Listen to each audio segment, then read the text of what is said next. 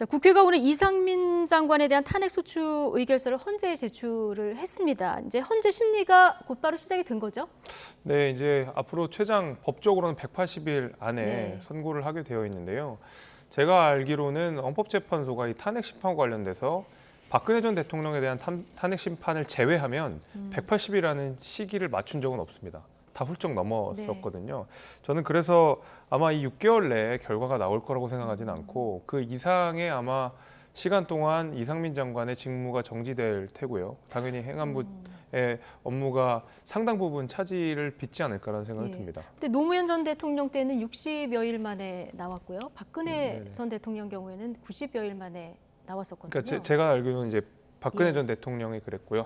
노무현 전 대통령도 제가 빼먹었는데 그 밖에 이제 모든 탄핵 심사와 관련돼서 예를 들면 임성근 판사 우리 탄핵 문제라든지 아니면 그 밖에 국무위원이나 그 밖에 뭐 법조인들 대상으로 한 탄핵 심판에서는 180일을 한 번도 지키지 못했거든요. 그래서 아마 조금 더 길어질 장기화될 가능성이 분명히 있다 이 생각은 좀 듭니다. 예.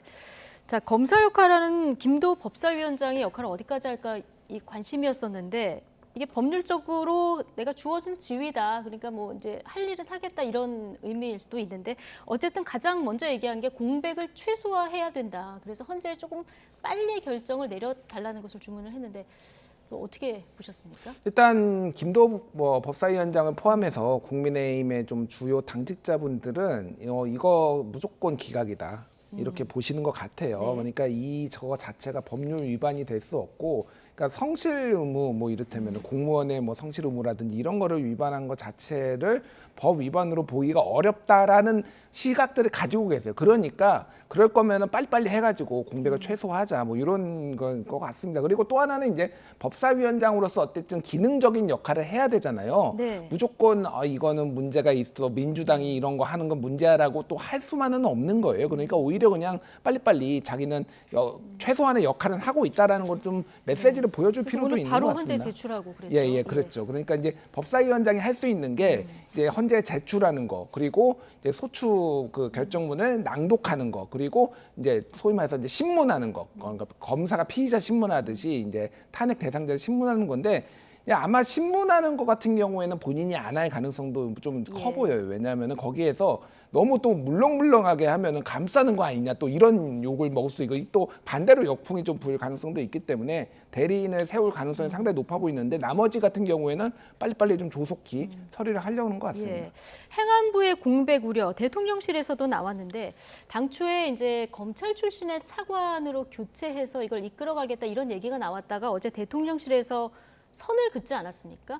이것도 지금 대통령실도 그렇고 여당도 그렇고 이상민 행안부 장관이 빨리 돌아오게 하는 게 낫다 이런 판단을 했을까요? 두 가지인 것 같아요. 하나는 빨리 돌아올 가능성 때문에 그렇게 한 것도 있고 또 하나는 지금은이라는 거를 단서를 달았어요. 그렇죠. 어제 지금은 지금은 아니면 내일은 이제 바뀔 수 있다는 얘기죠. 이게 그러니까 그게 무슨 얘기냐면은 지금 당장에 만약 실사차관 보내겠다라고 하면은 행안부가 더 흔들립니다. 그럼 또 어떤 분이 와가지고 또 행안부를 다 뒤집어 놓을까, 우리 승진에는 영향을 줄까, 뭐 이런 지금 하는 일들은 그러니까 지금은 사실은 안정을 시켜야 될 때니까 만약에 추후에 바꾸더라도 그거는 그때 가서 상황이 변했다라고 설명을 하면 되니까 지금은 좀 그런 부분에 있어서는 좀 그리고 또 좀 검사가 또 가는 것 자체가 적절하냐. 지금 뭐 검사인지 아닌지도 모르겠지만 만약에 가면은 검사가 유력한 검사 출신이 근데 왜 검사가 행안부에 가느냐. 여기는 소방.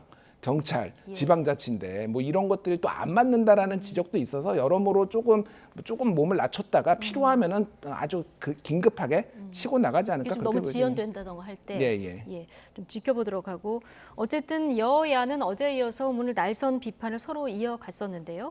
자, 이 민주당이 주도한 이상민 장관 탄핵안을 두고 박지원 전 국정원장 오늘 이런 해석을 내놨습니다. 발언 듣고 오시겠습니다. 사실상 윤석열 대통령 탄핵이에요. 안전관리의 최고 책임자인 이상민 장관을 국회에서 해임 건의한 국민 여론조사로 그 유족들이 그렇게 간절히 바랐지만은 아니 이상민 장관이 뭐해요?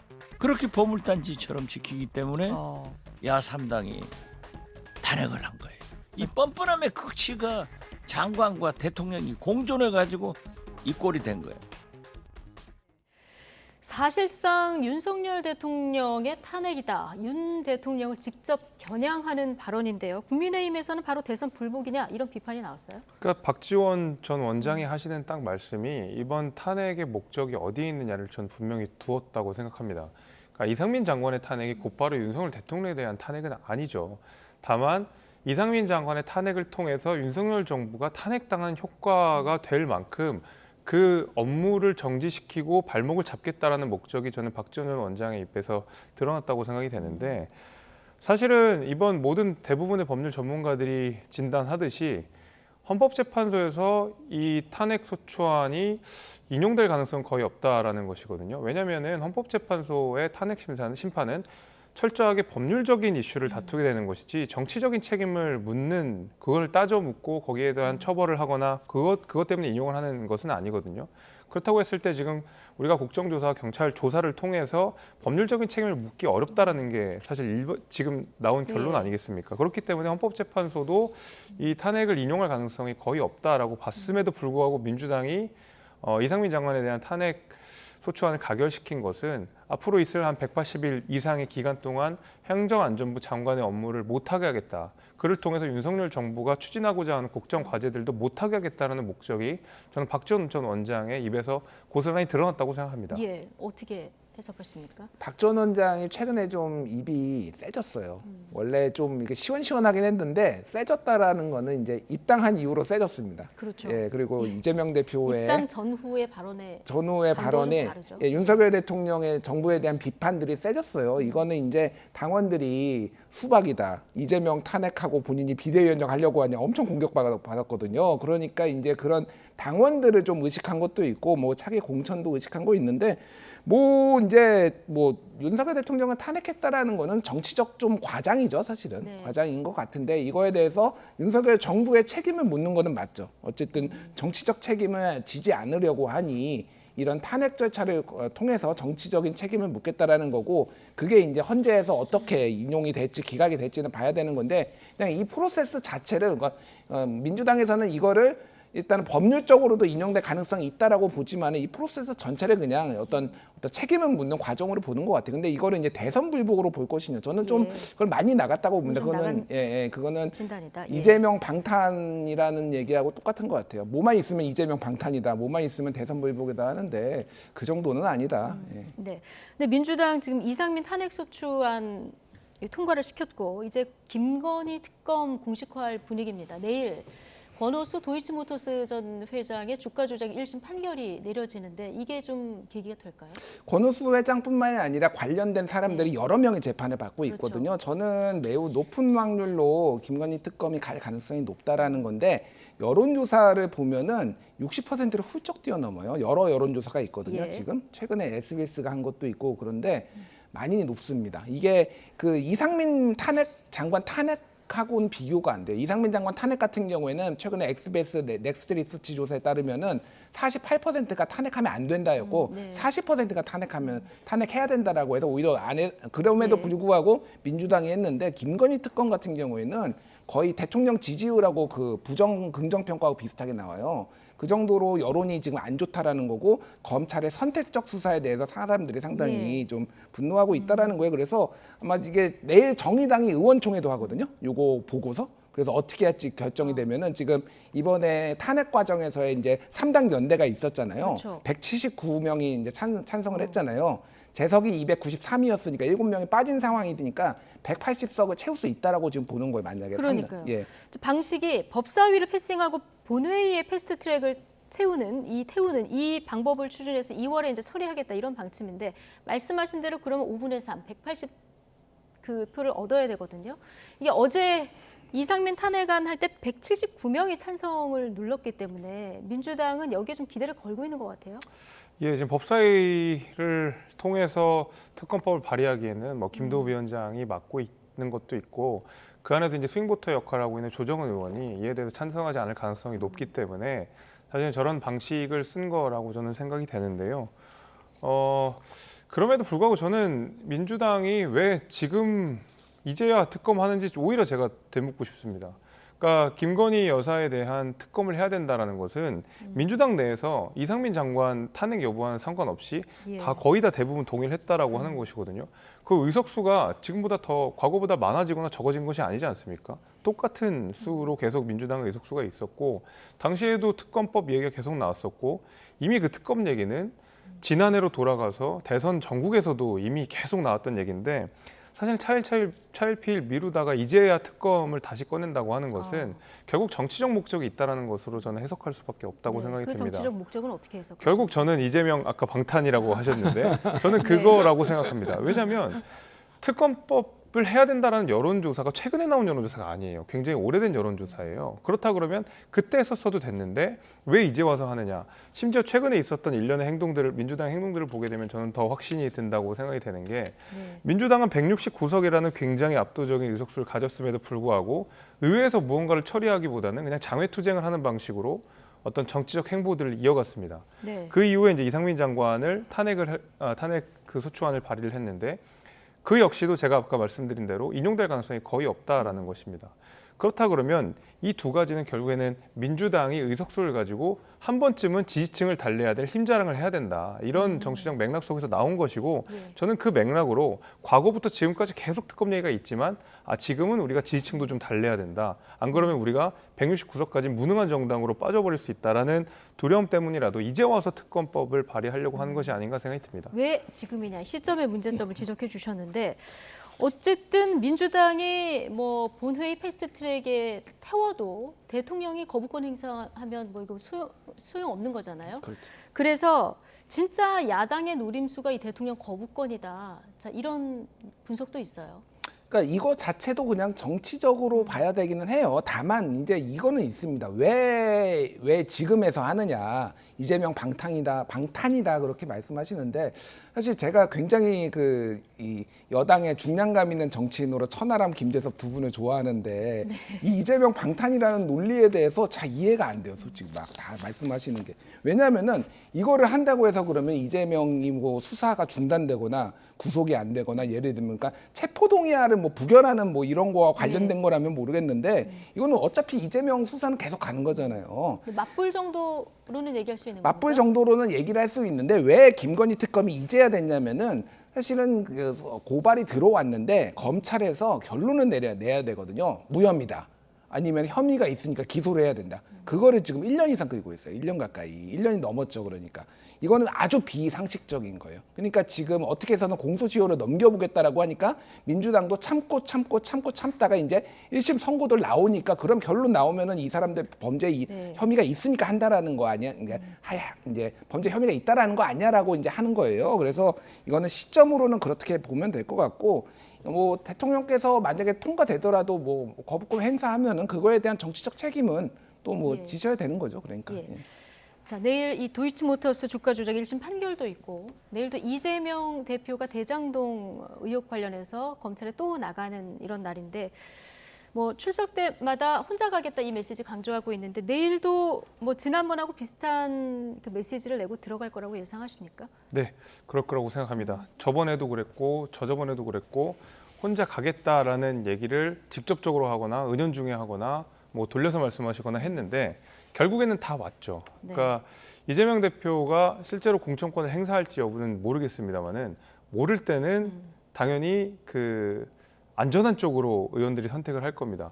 실제로 아무도 나오지 마라고 했음에도 불구하고 저번에도 많이 나왔던 것은 결국 이제 앞으로 있을 2024년 총선을 앞두고 이재명 대표와 너무 거리를 두는 모습을 연출해서도 안 되겠다라고 하는 일말의 불안감 같은 것들이 표출된 것이라고 생각하거든요. 당연히 이재명 대표가 나오지 말라고 이렇게 신신당부를 했는데 나오는 의원이 있다 그러면 마음이 더 가겠죠. 저는 이제 그런 것들도 좀 생각을 하고 나오라고 했는데 50명이 나온 것과 나오지 마세요라고 했는데 뭐 3, 40명이 나온 거는 애초에 내용이 다를 수밖에 없습니다. 아우 나오라고 했는데 50명밖에 안 나와? 라는 비판이랑 나오지 말라고 했는데 30명이나 나오는구나 라는 얘기는 이재명 대표의 정치적 입지를 결정하는 데서 굉장히 중요한 문제이기 때문에 이렇게 충분히 말하자면 밑밥을 많이 이렇게 깔아놓으셨다 이렇게 생각이 됩니다. 예. 자, 이재명 대표 이번에도 진술서로 답변을 가름할 방침인데요. 이렇게 되면 검찰이 또 부를까요? 알 수 없죠. 근데 이제 기본적으로 아직 몇 개의 수사가 남아 있잖아요. 그러니까 백현동 것도 이제 따로 있고, 그리고 또 하나는 쌍방울 관련해서 지금 수사가 여러 가지 혐의가 본격적으로 나오면은 부를 가능성이 저는 높은 것 같아요. 예. 높은 것 같고 아마 또 나갈 겁니다. 뭐 이제는 그러니까 좀 약간 뭐라고 해요? 조금 검찰로부터 이제 많이 탄압을 받고 있다 이런 것들을 적당히 이제 알렸다고 생각을 해가지고 그냥 예. 기계적으로 좀 대응을 하는 것 같아요. 그래서 글쎄 뭐 이제 그 기소는 될 것이고 결국은 이게 이제 뭐 법정으로 가는 문제라서 이거를 피할 수 있는 방법은 없는 것 같습니다. 다만 이제 구속영장 여부, 이제 청구가 체포동의안이 넘어오느냐 안 넘어오느냐가 한 번의 분수령이 될 것 같습니다. 예. 자, 그리고 아들의 50억 퇴직금이 논란이 돼서 재판에 넘겨진 곽상도 전 의원에게 이 부분은 법원이 이제 무죄를 선고했는데 이게 특히 정영학 녹취록이 증거로 인정이 안 된 부분이 눈에 띄는데요. 자, 민주당의 그 검사 출신 의원이죠. 조응천 의원은 이에 대해서 어떻게 얘기를 했는지 듣고 오시겠습니다. 대장동 수사가 이 자전거에서 체인이 빠진 것처럼 예. 호돌 가능성이 높죠. 측근들에게 준 것들. 그건 결국은 이재명 대표에게 준 것이다. 라는 논리로 지금까지 접근을 해왔는데 네. 아들에게 준 것도 아버지한테 준 게 아니라고 하는 건데 지금 뭐 완전히 남이에요. 그러면 김용, 정진상 뭐 이런 분들은 이 대표랑 어떻게 결부를 시키죠? 아하. 저는 훨씬 더 어렵다고 봅니다. 훨씬 더. 예. 일단 대장동 수사가 굉장히 여러 갈래인데요. 이 50억 이 클럽 관련 수사도 한 갈래인데 자, 일단 대장동 수사가 좀 본격적으로 궤도에 오른 게 정영학 녹취록 때문인데요. 네. 저 관련해서 여기서 나왔던 곽상도 뇌물 관련 부분, 곽상도 의원의 뇌물 관련 부분 이런 정영학 녹취록에 담긴 그 내용이 전부 좀 증거로 인정이 안 됐거든요. 그럼 앞으로 대장동 수사에도 좀 조응천 의원이 예상한 것처럼 차질이 있을까요? 뭐 그럴 수도 있겠는데요. 그러니까 저는 이 곽상도 의원이 무죄 판결을 받은 것은 좀 개인적으로 좀 납득하기 좀 어렵습니다. 왜냐하면은 뭐 대가성이 없다라는 것인데 그 상식적으로 생각해서 그 대가성이 없다라고 물론 뭐 법원의 판단을 존중을 해야 되겠지만 그렇다 그러면 검찰의 수사가 무능했다라는 생각밖에 좀 들지는 않거든요.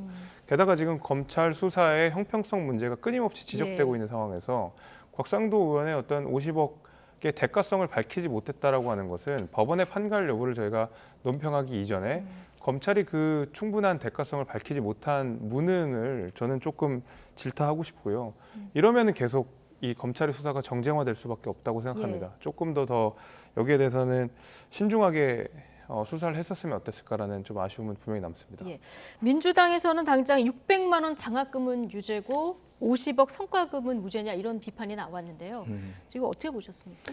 근데 뭐 굳이 조국 전 장관과 연결을 지어야 되냐 네. 정무적으로 저는 그런 생각은 들어요. 이게 조국 전 장관이 어쨌든 유죄가 나왔으면 그것도 환기시키는 건데 그거는 안 좋은 방법인데 뭐 이거는 김재섭 위원장님도 말씀하셨지만 이상합니다. 어떻게 이럴 수가 있지? 왜냐하면 이 아들 곽병채 씨가 하천대유에 입사를 하게 된 게 과거원 때문에 입사를 한 거잖아요, 사실상. 네. 그래서 5년 9개월 정도 근무를 했거든요. 그래서 50억 원을 퇴직금으로 받았는데 귀에 이명이 생겼다고 50억 원을 받은 게 이게 저도 이명에 시달리거든요. 저도 누가 좀 50억 좀 줬으면 좋겠습니다. 그러니까 상식적이지가 네. 않잖아요, 이게. 그런데 대가성이 없다?